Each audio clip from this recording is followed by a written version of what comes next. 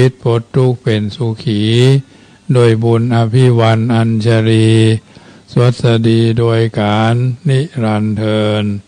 10 นิ้วกราบแนบใต้ไหวสาปาละมีธรรมในครูบาอาจารย์พระมหาเถรานุเถระท่านเจ้าคณะพระสังฆาธิการทุกรูปทุกตนขอความสุขความสวัสดีในธรรมะแห่งองค์สมเด็จพระสัมมาสัมพุทธเจ้าจงมีแก่บรรดาสาธุชนท่านผู้ฟังทุกท่านที่เปิดวิทยุรับฟังรายการเสียงธรรมก่อนรับตาตั้งสถานีวิทยุเพื่อการศึกษาพระพุทธศาสนาและวัฒนธรรม FM ความถี่ 104.50 เมกะเฮิรตซ์วัดฝ่ายหินตำบลสุเทพอำเภอเมืองจังหวัดเชียงใหม่เมตตาในท่านพระครูสมุวิสุวัตวรกิจโจท่านเจ้าอาวาสท่านเจ้าสำนักและผู้อำนวยการวิทยุแห่งนั้นถวายเวลาเฮือธรรมภาพพระมหาประสิทธธรรมาภินันโทน้อมนำเอาอัตถธรรมคำสอนในทางพระพุทธศาสนามาเป็นปฏิพรตอบบุญแทนคุณเข้าน้ำสถานาบุญทุกคนทุกท่านที่อยู่ท่าดาฟังกันอยู่ทางบ้านเป็นประจำเมื่อพร้อมแล้วจะได้นำปาญาติโยมกราบพระไหว้พระเป็นลำดับไปเนอกราบ1กราบ2กราบ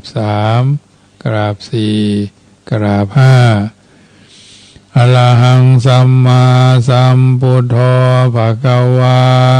พุทธังภะคะวันตังอภิวาเทมิกราบสวากขาโตภะคะวะตาธัมโมธัมมังนามัสสามิกราบสุปฏิปันโนภะคะวะโตสาวกสังโฆสังฆังนะมามิกราบมาตาปิตุคุณังอหังวันตามิกราบ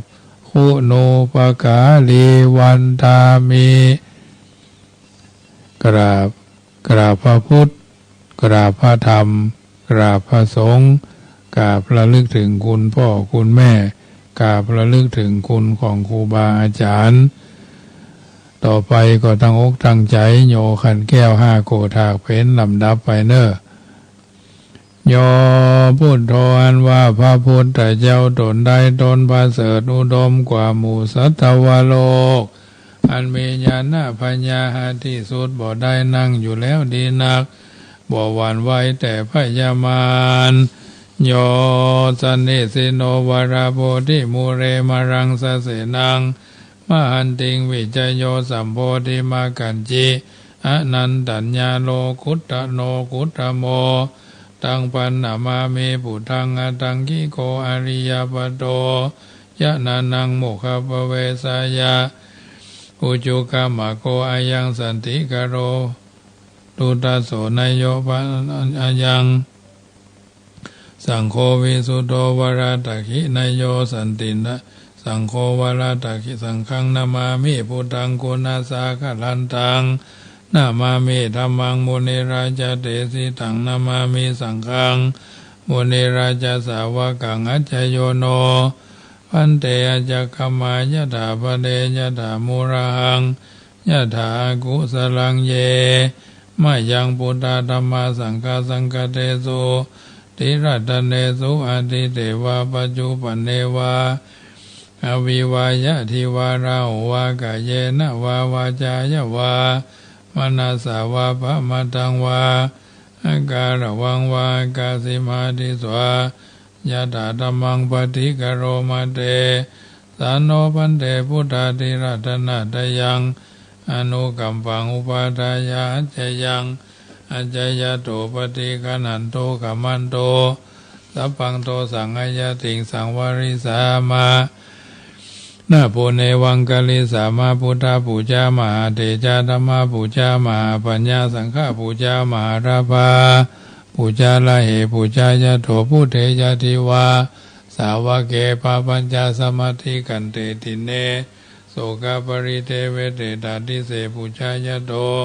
นิพุเตอกุโตปเยนะสกาปุญญาสังฆตุงิเมตตามาปิเกนะจิอิมินาอากิตุปามุปาราจาปุจาการวะกัมเมนะเมตยาพุทธสาทัสสนัญจารภามหาสยวานุปัจจโตพุทโธเมตโยเทวปูชิโตสังสาเลสังสารันโตปิอภเยนะกามามหาเสนิปานาปัจจโยโหตุโนนิจจังนะโมตัสสะภะคะวะโตอะระหะโตสัมมาสัมพุทธัสสะนะโมตัสสะภะคะวะโตอะระหะโตสัมมาสัมพุทธัสสะนะโมตัสสะภะคะวะโตอะระหะโตสัมมาสัมพุทธัสสะพุทธังสรณังคัจฉามิธัมมังสรณังคัจฉามิสังฆังสรณังคัจฉามิทุติยัมปิพุทธังสรณังคัจฉามิทุติยัมปิธัมมังสรณังกัจฉามิทุติยัมปิสังฆังสรณังกัจฉามิตติยัมปิพุทธังสรณังกัจฉามิตติยัมปิธัมมังสรณังกัจฉามิตติยัมปิสังฆังสรณังกัจฉามิสรณะกัมมานังพุทโธสัพพัญโยทยานโนธัมโมโรกุตโรนาวาสังโฆมะกะภรโตจายิเจตังรัตนะตยังเอตัสสะอนุภาเวนะสัพพะอันตรายโยวินาสันตุโนติปิโสภะคะวะอะระหังสัมมาสัมพุทโธวิชาจารณะสัมปันโนสุขโตโลกวิทูอนุตตโลภุริสาธัมมาสารติสัตตเทวมนุสสนังพุทโธภะคะวะติสวากขาโตภะคะวะตาธัมโมสันติติโกอากาลิโกเอหิปัสสิโกโอปนายิโกปัจจตังเวทิตาโพวิญโยหิติสุปฏิปันโนภะคะวะโตสาวกสังโฆอุจุปฏิปันโนภะคะวะโตสาวกสังโฆยะยะปฏิปันโนภะคะวะโตสาวกสังโฆสามีจิปฏิปันโนภะคะวะโตสาวกสังโฆยะติตังยัตตานิปุริสายุคานิอัตตาปุริสาปุคลาเอสะภะคะวะโตสาวกสังโฆหุนายโยปะหุนายโยตักขินายโยอัญชลิการณิโยอนุตรังปุญญเขตังโลกัสสาธิ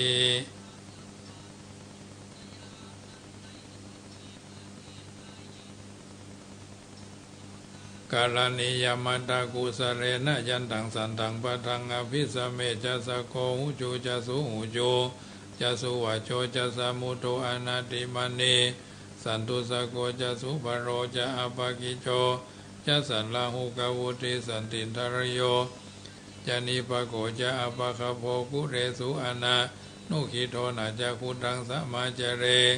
อินจิเจนะวิญญูปเรอุปวัตโยงสุขีโนหนสุขีโนหนตุสุขิตาตาเยเกจิปนาพุทธติตาสาวาถาวารวาอนาวาเสสาธิกาวาเยมหันตาวามาจิมาราสกาอนุกาดุราทิตาวาเยจาอธิตาเยจะทุเรวาสันติอวิทุเรอุตาวาสัมภเวสีวาสเปสตาภวันตุสุขิตาตานเยเกจิตนาปโรปรังนิกุเพทานาติมันเยทากทาจีนังอินจีปยาโรสนาปฏิกาสัญญานัญญามัญญาสะทุกามิชัยยามาถายาฐานิยังพุทธังอายุสาเอกาพุทธามนุระเกเอวัมปิสัพพะพุทเตโสมานาสัมภาวะเยอปาริมานังเมตัญจะสัพพโรกัสสมิงมานะสัมภาวะเยอปาริมานังอุทังหะโตยะติริยัญจะอสัมปะทังอเวรังอสัมปะทังทิฏฐัญจะลังนิสิโนวาสัญญาโนวาญาวาทัสสะวิกตามิโตเอตังสติงอติตายะพระมะเมตังวิหารังอิตมาอุติติญญาอนุปกรรมสีลวาตัสเนนะสัมปันโนกะเมสุวินัยเขตังนัยจตุกปะสยังปุณเรติติการณิยาเมตาสุตังวิรูปเขหิเมเมตังเมตังเอราปเถหิเมจปยาพุทเถหิเมเมตังเมตังกนาโคตมะเกหิจาปาตะเกหิเมเมตังเมตังติ ทิปาทะเกหิเมเมตังเมตังปะหุปเดหิเมมามังอปาทะโกอิงสีมามังอิงสีทิปาทะโกมามังจตุปะโดอิงสีมามังอิงสีปะหุปโดสัพเพสัตตาสัพเพปนาสัพเพปุตตาเจเกวราสัพเพปัตตรานิปัสสันตุมากิญญิปะปะมาขมาอภมาโนปุโธปะมาโนธัมโมอภมาโนสังโฆปะมานะวันตานิสิริงสัพพานิอายิวิจิกาสัตตปฏิอุณนาปิสราภูมุสิกากัตถาเมลคากัตถาเมปริตาปฏิคัมมันโตอุตานิโสอังนะโมภะคะวะโตนะโมสัตตานังสัมมาสัมพุทธานังขันธปริตัง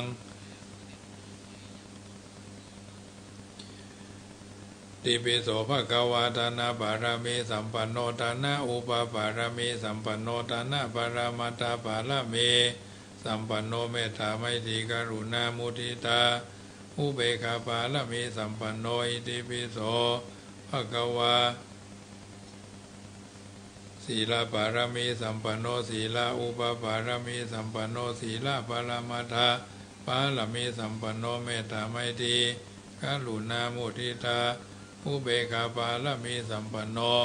ติปิโสภะคะวะเนคขมะปารมีสัมปันโนเนคขมะอุปบารมีสัมปันโนเนคขมะปรมัตถบารมีสัมปันโนเมตตาไมตรีกรุณามุทิตาอุเบกขา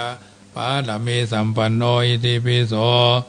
ภะคะวะปัญญาบารมีสัมปันโนปัญญาอุปบารมี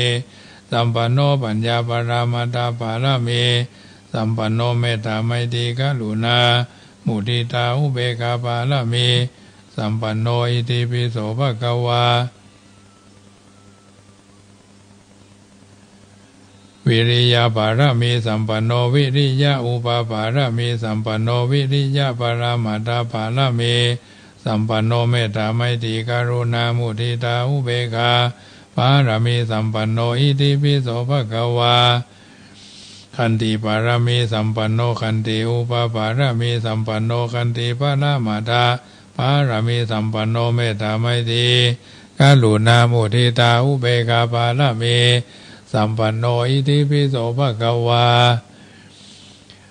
สัจจะบารมีสัมปันโนสัจจะอุปบารมีสัมปันโนสัจจะปรมัตถบารมีสัมปันโนเมตตาไมตรีกรุณามุทิตาอุเบกขาบารมีสัมปันโนอิติปิโสภะคะวะ อธิษฐานาปาละมีสัมปันโนอธิฐานะอุปปาละมีสัมปันโนอธิฐานะปารามัตถปาละมีสัมปันโนเมตตาไมตรี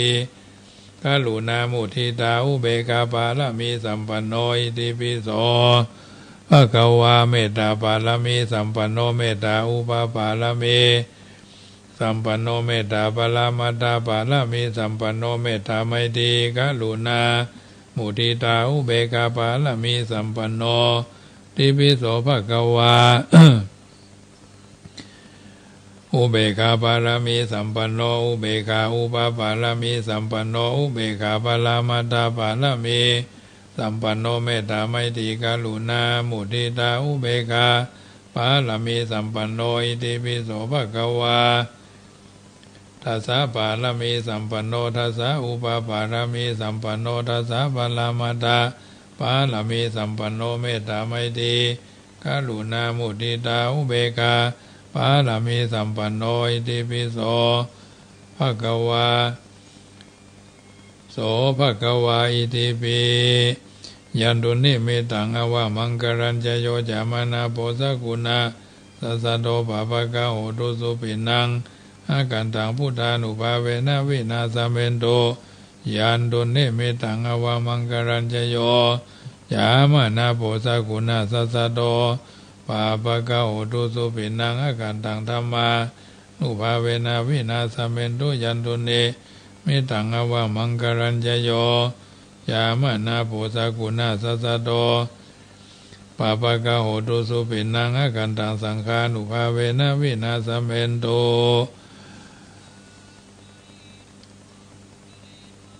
เอ วเมสุตังเอกังสมัญญังภควาสาวัตถิยังวิหารติเจตวันเนอนาตาบินดิกัสสะอาราเมตัสสะโขภควาภิกขุอามันเตสิภิกขโวติปะทันเตติเตภิกขุภควโตปัจจโตสุภควาเอตตะโวจเมตตายาภิกขเวเจโตวิมุตติยาอาเสวิตายาภาวิตายาพหุลีกตายาญาณิกตายาวัตุกตายาอนุติตายาปริจิตายาสุสัมมานัตตายาอิเมกาทัสสะนิสังสาปฏิกังคกัตถเมเอกาทัสสะสุขังสุปฏิสุขังปฏิปุจจตินะปะปะกังสุปินังปัสสติมนุสสนังพิโยโหติอมนุสสนังพิโยโหติเทวตาราคันตินาสะอาคิวาวิสังวาสัทธังวากามติตุวตังจิตังสมาธิยติมุขวันโนวิปัสสิตติอัสสมุนราโหกรังกโรติอุตริงอปติวิชันโตปะมะโรกุปโคโหติเมตตายาภิกขเวเจโตวิมุตติยาอาเสวิตายาภาวิตายาภาหุลีกตายาญาณิกตายาวัตุกตายาอนุติตายาปริจิตายาสุสัมมาลตายาอิเมกาทัสสานิสังสาปฏิกังคติอิตามาโวจาภควาธัมมนาเตภิกขุภควโตภาสิตังอภินันโดนติอาหังสุขิโตโหมิยหังอเวโรโหมิยหังอภยาปโชโหมิยหังอนิโคโหมิยหังสุขียตานังปริหารามิยังผุนยังอันว่าบุญอันใดอามากังแห่งผู้ขาตั้งหลายคัดตัวอันใดกระทำป้อมเปงแล้วตานะมันยังว่าอันใดฮือทานก็ดีศีละมันยังว่าอันรักษาศีลก็ดีภาวนามันยังว่าอันได้จำเริญภาวนาก็ดีนิพพานาปัจจโยขอจงคือเป็นปัจจัยก้ำจูคือผู้ขาตั้งหลายพันใดไปหอดเวียงแก้วยอดเนลปานอาสวะกยังอันเสี่ยงไปแห่งกิเลสธรรมทั้งหลายจงมีแก่ผู้ขาทั้งหลายเที่ยงแท้แด่เตอเอาละศรัทธานาบุญทุกคนทุกท่านได้ยินได้ฟังการสังวาสสวดที่ยายพุทธคุณธรรมคุณสังฆคุณเป็นที่เสร็จสัตว์เรียบร้อยวันนี้เป็นวันอาทิตย์มีข่าวการงานบุญหลายที่เนาะโดยเฉพาะงานออกเมนพระราชทานเพลิงศพครูบาเจ้าวัดย่าปายอำเภอสันกำแพงงานที่1งานที่2ก็งานทำบุญออกเมนพระราชทานเพลิงศพครูบาเจ้าหม่อนอินตาวัดศาลาอำเภอห่างดงเนาะวันเนี้ยพร้อมกันประมาณ2 ทุ่มป่ายเนี่ยเพิ่นก็คงจะเผาจริงเนาะเผาจริงแล้วก็วันนี้ก็งานทำบุญอายุวัฒนมงคล98 ปีท่านพระครูอัฏฐกิจจาธรครูบาเจ้าอุ่นอัฏฐคาโมเจ้าวาดวัดโรงวัวครูบาเจ้าก็เท่านักแก่นะเท่านักแก่ครูบาย่าปายนี่ก็เท่ากับครูบาอุ่นคนเฮาก็ยังว่านะเนาะกลางกายวาจาใจหรือตลอดจนอิริยาบถตั้งเก้าเฮาควบคุมบ่ได้มันสั่นเฮาก็ควบคุมบ่ได้มันเบี้ยวเฮาก็ควบคุมมันบ่ได้มันพอบ่ชัดเฮาก็ควบคุมมันบ่ได้ผมขนเล็บฟันหนังนี่นะตาหูจมูกลิ้นกายใจยืนเดินนั่งนอนกินดื่มทำพูดคิดเนี่ยญาติโยมทั้งหลายบ่ใช่ว่าบังคับมันบ่ฮื้อแก่บ่ฮื้อมันหย่อนมันยานเนาะเตาะแตะเต่งตึงตรงเตงต้องตายไปไม่กลับรับไม่ตื่นฟื้นไม่มีหนีไม่พ้นนะอนิจจังไม่เที่ยงอวัฏสังไม่ยั่งยืนนะไม่เป็นอื่นไม่มีเครื่องหมายนะญาติโยมทั้งหลายอนิจจังไม่เที่ยงอวัฏสังไม่ยั่งยืนอทุวังไม่เป็นอื่นนิมิตตาไม่มีเครื่องหมายอนัตตาไม่เป็นไปตามคำของเราเนี่ยมันก็เป็นอย่างอีแท้แหละเพราะฉะนั้นอันร่างกายใบเที่ยงแท้อันสังขารร่างกายบ่เที่ยงแท้ล้วนผ่านแปรบ่แน่นิ่งทุกสิ่งทรัพย์มันตองตรึกถึงความจริง สิ่งผูกพัน ต้องมีอันผันแปรไปไม่ยั่งยืนความพัดภาคจากของรักสลักจิตควรได้คิดเป็นธรรมดาจะได้ฝืน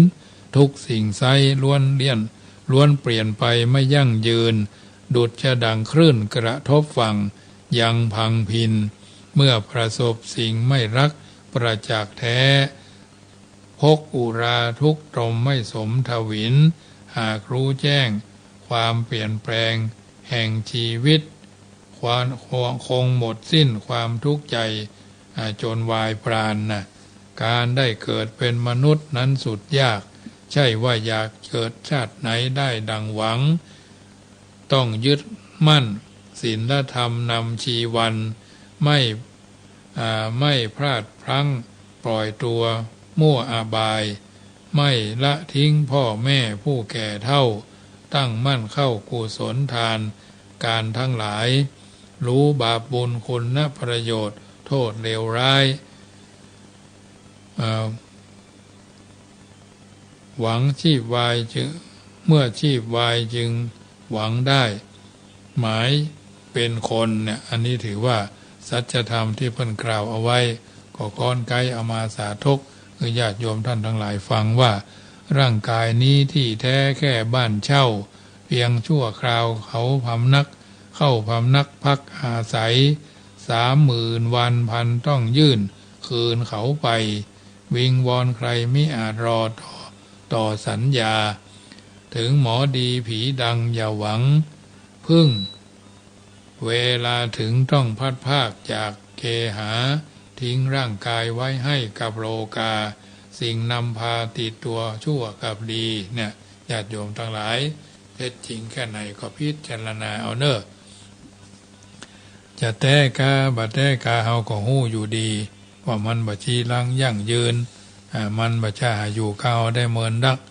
มันก็พันแปรไปตามสภาวะการของมันนั่นแหละฉะนั้นเฮาจะเอาอย่างมาประดับประดาตัวเฮาแล้วน่ะเครื่องประดับทำให้เพิ่งประดับร่างกายก็ทำให้กายงามนึ่งพัสตราภรณ์ก็เสื้อผ้าทรงนั่นทรงนี้กางเกงฟิตแล้วบ่ฟิตเตื้อรัดรูปรัดหวดห้างสร้างทรงโอ้หันโหนกหันนูนหันเว้าหันแหวงนี่ก็เสื้อผ้าเอวลอยผมลนหน้าเหี่ยวเตียวหลวมเนาะนั่นเป็นเอตตายนะเพราะฉะนั้นมันเป็นเรื่องที่ไปทีไปเสาะหาเอวลอยว่าบ่มีเป้าว่าโอ้ไปพาไปมาก็ดึงขึ้นเนี่ยมะเรือพังคอนบางทีบางข้างอู้กรรมบ่สุภาพเนาะพอดีเป็นตาขี้จะเตือนนะเป็นตาดีพอสักน้อยเตือนนะพอนักแก่กำแล้วนะเนี่ยพัสตราพรเครือผ้าแต่ก่อนนี่เพิ่นฮื้อมันเพิ่นห้องบ่ฮื้อใส่กับบ่ใส่ฮื้อมันฟิตเนาะมันบ่ใช่ฟิตเนสเนาะเนี่ยพอดีกับเสื้อผ้าอาภรณ์เหมือนกันเอาคนเมืองก็ใส่ผ้าเมืองเฮาก็หลากสีนั่นสีนี่ก็ไปใส่กางเกงยีนโอ้ถ้าเป็นกางเกงยีนนี่รอบละ100เนี่ยก็ถึงบ่ใส่เนาะมันถึงมีโหลมผิวเท่านั้นน่ะเพราะฉะนั้นมันเหมือนกับว่าโอ้ไปบังคับบางคนบางข้างพดถ้ามาถึงย่อเงียบเอาพออย่างมันแพหมูที่ไปเอาใส่ลาบล่ะไปไม่ยิงบางท่านพอใจบางคนนะยิงคนอ้วนทำไมโอ้ไปตาที่พอแหละศีราภรณ์เครื่องประดับภายนอกวิริยาภรณ์เครื่องประดับภายนอกเนาะศีราภรณ์เครื่องประดับภายนอกภายในรัตนาภรณ์อัญมณีภายนอกธรรมาภรณ์ประดับความประพฤติปัญญาภรณ์ประดับภายในเนี่ยพึงว่าเป็นเรื่องที่เราจำเป็นจะต้องใส่ใจ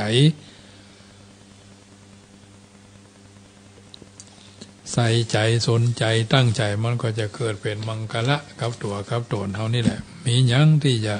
จีรังยั่งยืนอย่างถึงวันนี้เขาเจ็บป่วยก็เพราะว่าอาหารพิจารณาสภาพความเป็นจริงแล้วจะทำให้เขาตัดละลายบรรลงโลกบรรลงละเลงบรรลงเพื่อนเขาว่าเพื่อนเขาว่าบาจุตัวเก่าบาหลอกตัวเก่าเนาะอย่างที่เพื่อนว่านะครับมีบาพ้นสักคนนี่บาพ้นอย่างเพื่อนบอกว่าสัตว์ในโลกาเกิดมาบ่แคล้วสังขารแก่แล้วมันตึงบ่ไหว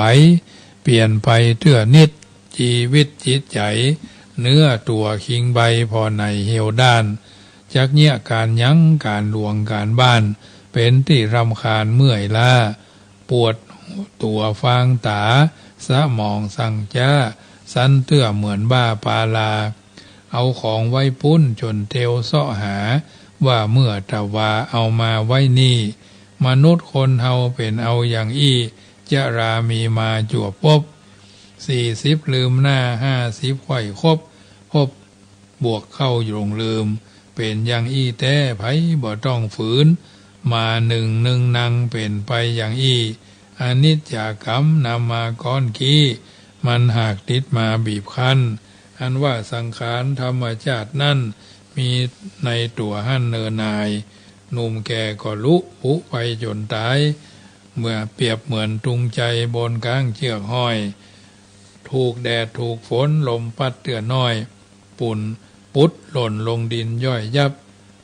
หนุ่มแก่ทั้งหลายไปภัยเปียที่พับทับดับธาตุสี่เสี่ยงหมดไปสัตว์โลกเหล่านี้ย่อมสุดวิสัยมันจักเป็นไปตามกรรมขีดเส้นมีหมอมียาวิเศษบ่เล่นสุดยักเยียวยาและไทยปางเมื่อเป็นคนทำบุญเอาไว้ก็เพื่อจะได้ผลดีจิตใจนั้นสดใสผ่องสีทำแต่ความดีละชั่วได้ชั่วและดีเป็นเหมือนเทียนใต้ติดตามโดยไปบ่ห่างถึงตัวเฮาตายมาลายม้วยมั่งยังมีสิ่งอันความดีเหลือฝากเอาไว้ในโลกโลกีว่าเฮายังมีดีเอาไว้อวดอ้างจะไปสวรรค์ก็ควรสรรสร้างหนทางอย่าไปบนชั้นฟ้าฝั่งทำความดีอย่ารีรอช้าเวลาบ่ท่าเฮานาอายุคนนั้นมันสั้นแท้หนาบ่ฮู้เวลาวันตายเนื้อเจ้าทำบุญกุศลอย่ารอฮื้อเท่านุ่มสาวคิงเราได้พร้อมขอโทษเอาอาไว้สานอบน้อมขอผงเข้าก้อมซอใหญ่ที่อู้เอาไว้หลอนบ่ถูกใจก็ขออภัยหอมยับเสียเต้าอี้ก่อนได้นายเอ๋ยมีความหู้บ่อู้บ่จาก็ไร้ราคาหมดไปเลี่ยนเกี้ยงเหมือนลิงได้เพชรบ่หัน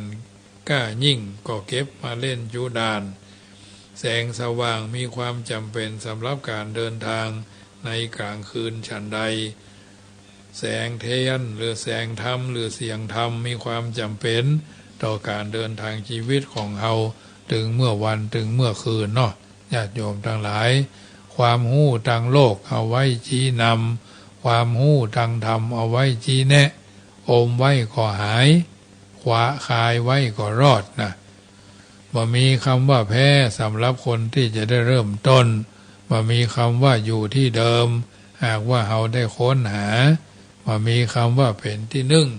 หากว่าเรายังต้องเปิ้งปาบ่มีคำว่าดีกว่าหากว่าเราบ่ตั้งใจ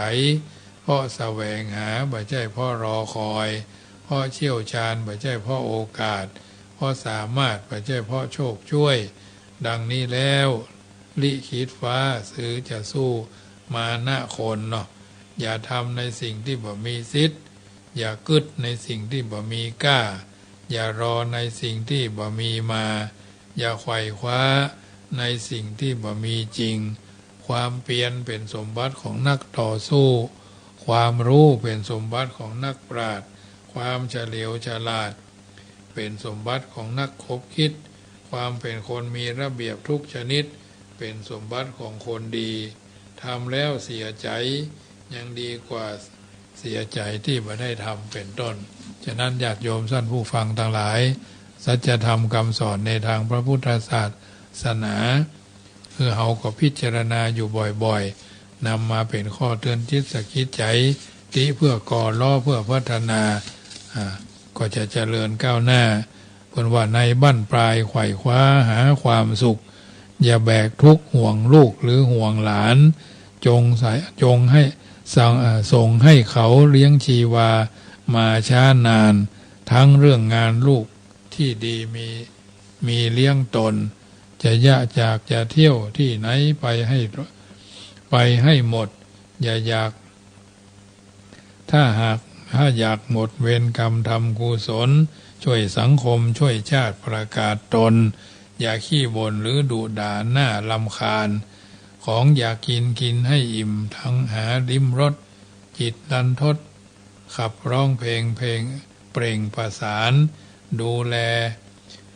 แลใจใส่คู่อยู่กันนานๆเยี่ยมลูกเยี่ยมหลานบางคราวก็เข้าทีอย่าหาเรื่องเคืองขุ่นให้วุ่นจิตมองและคิดเชิงบวกว่าจักสุขีสังสรรค์กับเพื่อนบ้างเป็นบางที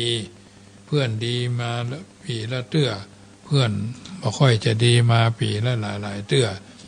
เป็นต้นฉะนั้นญาติโยมท่านผู้ฟังทั้งหลายน้ำธรรมคำสอนจากรายการเสียงธรรมก่อนรับตาเป็นธรรมะเป็นปฏิพรครับท่านสาธุชนคนดีทั้งหลายที่ฟังกันอยู่ทางบ้าน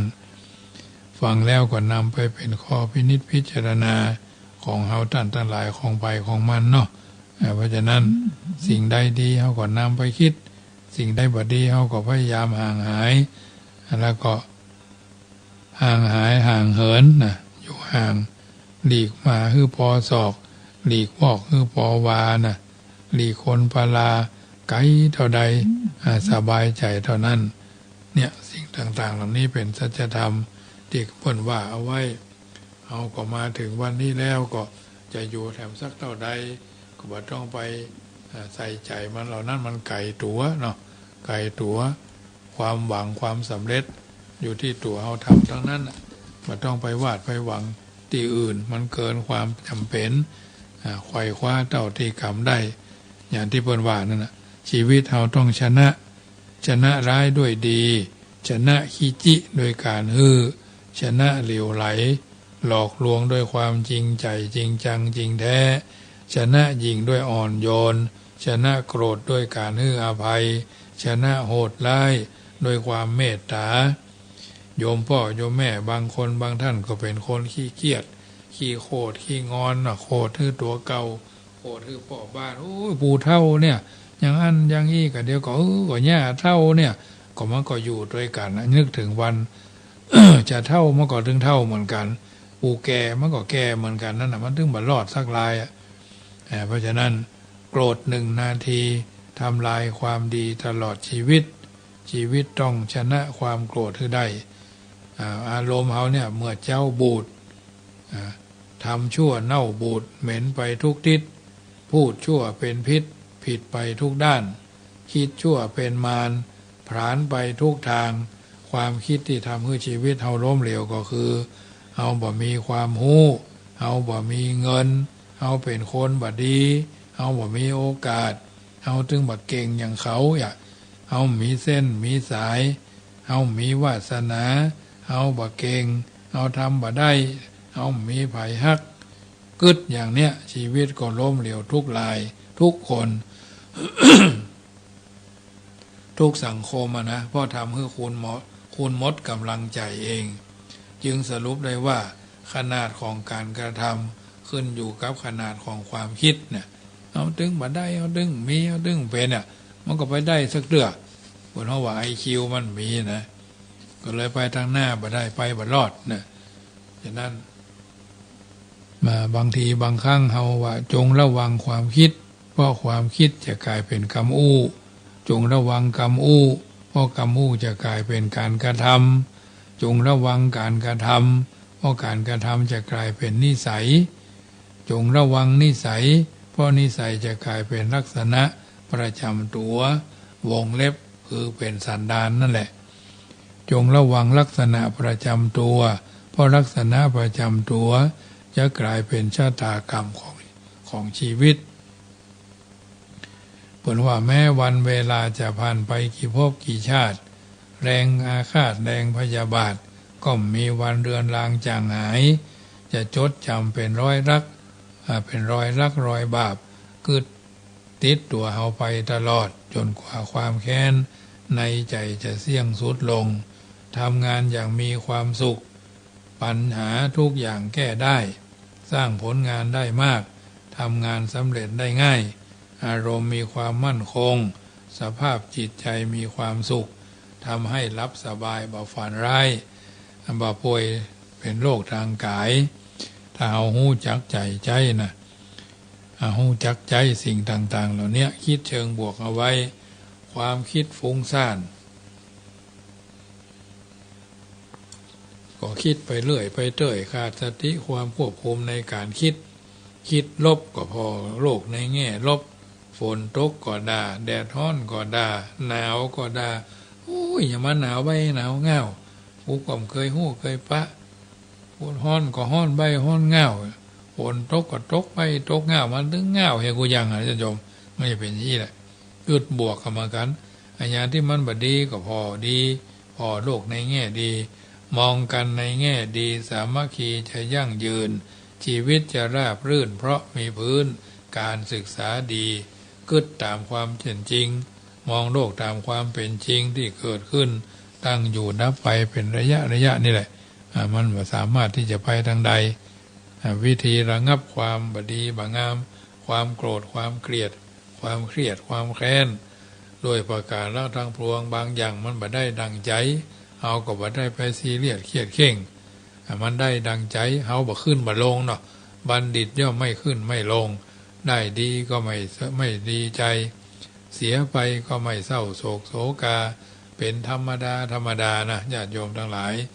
มีอารมณ์ดีมีอารมณ์มั่นคงบ่โกรธบ่เกลียดบ่เครียดบ่แค้นอาหารดีครบ5หมู่รับประทานอาหารครบถึง5หมู่อากาศดีเวลาพักผ่อนตามธรรมชาติเพื่อสูดอากาศที่สดชื่น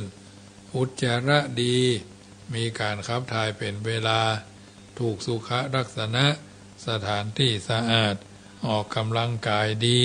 ฝึกกระบวนของโยคะและขยับกายสบายใจขยับกายสบายชีวีวิถีพุทธเนี่ยเพราะฉะนั้นเราเดินทางมาถึงวันนี้ก็ถือว่าเรามีการดำเนินชีวิตอย่างถูกต้องท่องแท้ในวาระที่จะสิ้นปี2566นี้วัดจังกำเชิญร่วมทำบุญงานทำบุญตั้งฟังธรรมมหาชาติสะเดาะนพเคราะห์สำหรับท่านใดที่เกิดปีเกิดจะมีอายุจะลงท้ายด้วยเลข13579ปี2567ที่จะถึงนี้ก็สามารถร่วมทำบุญบูชาเทียนนพเคราะห์ชุดละ39 บาทคือ40มี3เล่มสะเดาะเคราะห์สืบชะตาฮับโจกเนาะ3เล่ม3ชุดอันนี้ก็สามารถแจ้งความประสงค์ได้ใครทำก็ไปได้ญาติโยมของเรื่องนี้มันเป็นอุปเทศครูบาอาจารย์เปิดได้สืบกันมาหลายยุคหลายสมัยเอาในฐานะที่คนรุ่นหลังก็ทำท่าที่คือมันดีไม่ต้องไปผิดเพี้ยนผิดพลาดเพราะฉะนั้นในเทศกาลดังกล่าวก็วันที่29เมื่อคืนก็มีการสวดนพเคราะห์ประมาณทุ่ม 1เนาะทุ่ม 1 3 โมงเทศธรรมมหามุรนิพพานสูตร4 โมงมาลัยเก้ามา5 โมงมาลัยผาย6 โมงคาถาพันไปเป็นทอดนี่แหละวันที่29เสร็จแล้วก็ทุ่ม 1 ทุ่มโดยประมาณก็จะมีการเจริญพุทธมนต์สวดนพเคราะห์กับบรรดาญาติโยมที่ส่งชื่อเสียงเลี้ยงน้ำมาเนาะปัดเคราะห์เลาะน้ำจุดธูปจุดเทียนปูจาฤทธานุภาพพุทธานุภาพธรรมานุภาพก็จะได้อภิบาลประทานพรคือตัวเฮานั่นแหละเป็นอันดับแรกถ้าเฮาบ่กึดมันก็บ่ได้ถ้าเฮาบ่ทำมันก็บ่ได้ถ้าเฮาหิวเฮาบ่ดื่มมันก็หิวอยู่หั่นน่ะถ้าเฮากระหายบ่ดื่มมันก็ถ้าเฮาหิวบ่รับประทานมันก็หิวอยู่หั่นน่ะถ้าเฮากระหายบ่ดื่มน้ำมันก็หิวกระหายอยู่หั่นน่ะคอแห้งเป็นผุยพองเนี่ยดังนั้นบางสิ่งบางอย่างก็ต้องใส่ใจเราต้องดูว่าสะดุ้งตื่นมื่นตาของแต่ละวันสะดุ้งตื่นมื่นตาถ้าเรานอนเตียงเราก็ยกซ้ายโยกขวาโยกซ้ายโยกขวาเนาะบิดซ้ายบิดขวาสักกรรมก็นั่งในกลางเตียงแล้วก็หย่อนแข้งซ้ายแข้งขวาลงแล้วก็ค่อยๆพยุงตัวขึ้นว่าต้องฟังต้องเฝ้าเอาไปใช้เป็นนักบินเนาะทำอย่างนี้ถึงวันเสร็จแล้วก็ลุกมาก็ไปเดินอย่าธรรมาภาพเดินทางเดินรอบวัดรอบวาเลยนะแต่ก่อนมีหมาประเดี๋ยวแล้วมีหมา เดินทางเดินรอบวัดรอบวิหารรอบศาลาเนี่ยวกไปวนมาอยู่จนเหงื่อออกสักระยะหนึ่งก็มากินน้ำอุ่นน้ำร้อนเนาะดื่มน้ำอุ่นน้ำร้อนก็จะได้สวดมนต์กันส่งน้ำส่งอย่างเรียบร้อยก็สวดมนต์แล้วก็ท่องทวนคำขอบรรพชาแบบอุกาสะพ่องอันยังพ่องสวดบอกอนุสาสพ่องทวนปฏิโมกข์พ่องเนี่ยทำอย่างนี้เป็นประจำถึงเวลามันลุกมันถึงลุกถึงเวลามันตื่นก็มันก็ตื่นแต่คืนนี้ก็นั่งเขียนเอกสารนั่งเขียนท่านเขียนนี่สำรวจตรวจตาสำรวจตรวจสอบ11 โมงครึ่งละก็เลยจำวัดแต่คืนนี่นะรับไปตี 3พอดีสะดุ้งตื่นละมันก็เป็นอย่างนี้อย่าโยมบัดได้เพราะว่าพระวงกังวลอย่างนักทำแต่ละวันถึงมันได้มาตรฐานไว้แล้วเขาทำเขาก็ได้เอาบัดทำมันก็บ่ได้ใครช่วยใครก็ไม่ได้นะเมื่อเขาเข้าใจเมื่อเขาสนใจเรื่องสิ่งต่างๆเหล่านี้ได้ก็ถือว่าเอาเดินทางชีวิตโดยบ่มีสิ่งกีดขวางสิ่งเก้อเขินบรรพชิตควรพิจารณาว่าเราเป็นนักบวชเวลาเพื่อนบรรพชิตถามในการภายหลังเราจะไม่เก้อเขินนะเวลาเพื่อนบรรพชิตถามในภายหลังนี่แหละเพราะฉะนั้นวันที่30ก็ฟังธรรมมหาชาติตลอดวัน31ก็3 ทุ่มสวดมนต์ข้ามปีที่1ก็สืบชะตาที่ประจังกรรมก็ทำมาอย่างเยอะเป็นปีที่16ละช่วยกันประคับประคองกันไปส่วนปฏิทินนี่ก็มาแล้วใครได้ก็มาลงชื่อนามสกุลเบอร์โทรอยู่บ้านอย่างเบอร์โทรอย่างเนาะมาต้องเอาไปเผื่อคนนั้นคนนี้มา1ก็ได้1มา2ก็ได้2มา10ก็ได้10นะต่อชุดครอบครัวละ1ชุดก็พอละเอาไปอ่านพอรายละเอียดมันมีอย่างนั้นมือจันทร์วันดี3 7 11เสียเสากระพัดฟ้าที่แสงเศษ2เนาะเศษ4 6 2ก็ถือว่าได้อยู่เนี่ยเรื่องต่างๆเหล่านี้มันเป็นเรื่องละเอียดอ่อนประเพณีพิธีกรรมวัฒนธรรมทั้งหลายต่างๆก็ถืออนุโมทนาเนอะแต่เจ้าโยมแม่บัวไหลหน้าวัดวิเวกก็โทรมาเนาะอนุโมทนาเนอะโยมพ่อโยมแม่โยมพี่โยมป้าทั้งหลายทั้งมวลนี่ก็โทรศัพท์ทักทายกันมาอยู่เป็นประจำวันพุธก็ขึ้น106วันพุธก็ขึ้น96เนอะจะขอเวลา9 ล้านกับหลานหลวงสัก2 วันเนาะวันที่25 26อาจจะเป็น27แถมค่ำ27ก็จะไปฝึกซ้อมเตรียมพร้อมพระเจ้าพระสงฆ์ที่ปาการนั่นจะไปอบรมพระอุปัชฌาย์นะในฐานะที่เป็นพระเจ้าพระสงฆ์รูปหนึ่งดำรงหน้าที่เจ้าอาวาสมาเป็นเวลา20 กว่าปีเฮียนด้านนี้มาก็ถือว่าไปให้มันสุดยอดสุดปลายอย่างเพิ่นว่านะคิดสูงให้ถึงดวงดาว2 เท้าให้ติดดินนะคิดสูงให้ถึงดวงดาวเป็นคนบ่ลืมตัวเป็นวัวบ่ลืมตีนจึงจะทำให้เอาท่านทั้งหลายฮู้เข้าใจในสิ่งต่างๆเหล่านี้ได้ฉะนั้นญาติโยมท่านผู้ฟังทั้งหลายได้การเสี่ยงธรรมก่อนรับตาก็มาถึงช่วงสุดท้ายญาติโยมจะเข้ารับเข้านอนพิจารณาว่าวันนี้เอาเดินทางชีวิตไปถึงไหนถึงเบาสำเร็จสำลิดมีทิศมีคัดมีอันใดอันหนึ่งที่เข้ามาสู่วิถีชีวิตเท่ามากน้อยแค่ใดตั้งอกตั้งใจแผ่เมตตาเนอะก่อนท่านนอนภาวนาสาธุพระว่านะมะพะทะก่อน3 หนเตเป็นหัวใจนะโมเตโชชัยป้องกันภัยยามหลับไม่อับจนเมื่อล้างหน้าอย่าล้างเปล่าเอาสิริ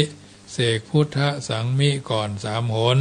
ตำราว่าเป็นมหาชัยยะมงคลทิพมนต์คุ้มกันอันตรายจะจากเรือนคันใครที่อยู่ถึงประตูยืนหยุดจุดที่หมายภาวนาสุขโตโพธิยายแล้วผันภายได้สัพพิพัฒน์สวัสดีอิจะภะกะสะปะธมังเป็นมนต์ขังเป่าปัดกำจัดผีทั้งปีศาจพูดภายร้ายการีเสก7 ทีขับไล่ไม่แผ่วพานพุทธสังมังคลังโรเกอย่าเฉยใช้นี้คาถามหาศาลเป็นมงคลคุ้มกันอันธพาลถึงลุกรานได้ดีนี้กระจายเสกทุกคราสวมสร้อยห ห้อยพระเครื่องเดชกระเดืองเรียกมงคล3 สายช่วยป้องปัดพยันอันตรายทั้งหญิงชายเมตตา ปราณีเอ่ยพุทโธบังซ้ายธัมโมบังขวาสังโฆบังกายาอะระหังบังเกสาอะระหังพุทโธนะโมพุทธายะจัตตารโอธัมมาวาทันติอายุวันโนสุขังภะลัง